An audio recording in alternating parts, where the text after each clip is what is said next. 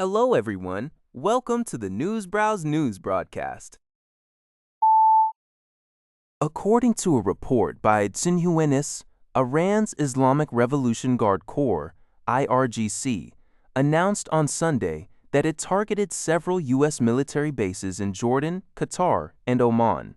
The IRGC stated these actions were taken in retaliation for U.S. airstrikes conducted earlier that day against coastal military bases and communication towers in southern Iranian provinces. The IRGC detailed its retaliatory operations in 3 phases, claiming to have hit the Prince Hassan Air Base in Jordan, the Al Udeid Air Base in Qatar, and logistical support facilities in the Omani port city of Duqeim. Additionally, the Iranian army carried out drone strikes targeting U.S. assets in Kuwait and Bahrain, including a Patriot air defense system and radar sites. Warning of more severe actions if U.S. aggressions continue. The IRGC Navy also declared the Strait of Hormuz closed until further notice, warning that no vessels would be allowed passage until the United States halts its interventions in the region. According to a report by Lianhe Xiaobao, a commercial ship named the GFS Galaxy was attacked off the coast of Oman on Sunday, July 12. The Indian Ministry of External Affairs confirmed the incident, stating that out of the 11 Indian crew members on board, 10 have been successfully rescued, while 1 remains missing.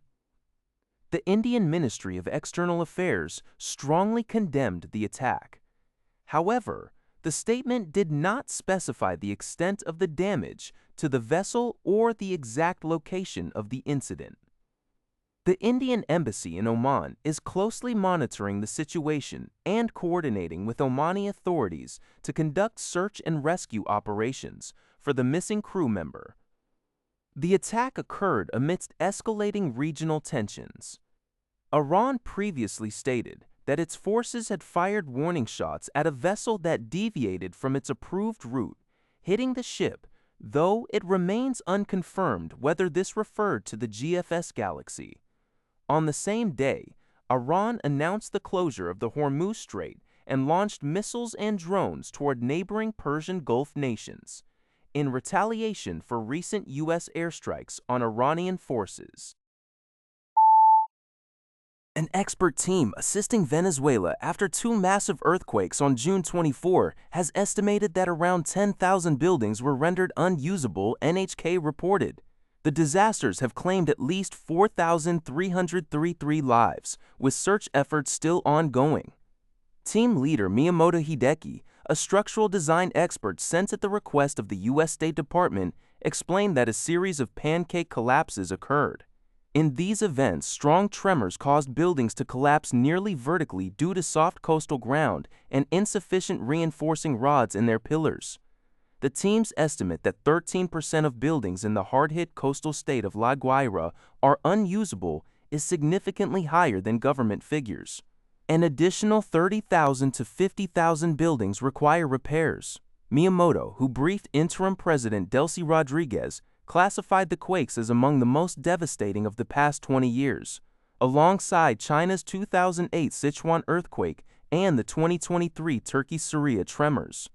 He emphasized the importance of assessing the full scope of structural damage and rubble for reconstruction, noting that Japan could contribute valuable recovery expertise gained from the 1995 Great Hanshin Awaji earthquake.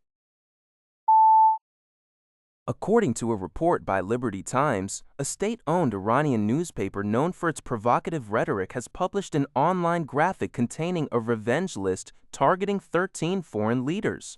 The list is intended to avenge the late Supreme Leader Ali Khamenei, who was killed in a joint U.S. and Israeli airstrike on February 28.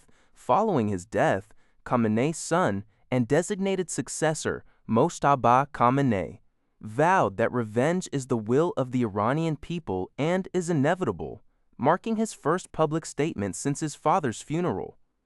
The published list includes prominent figures such as U.S. President Donald Trump, Israeli Prime Minister Benjamin Netanyahu, and British Prime Minister Keir Starmer.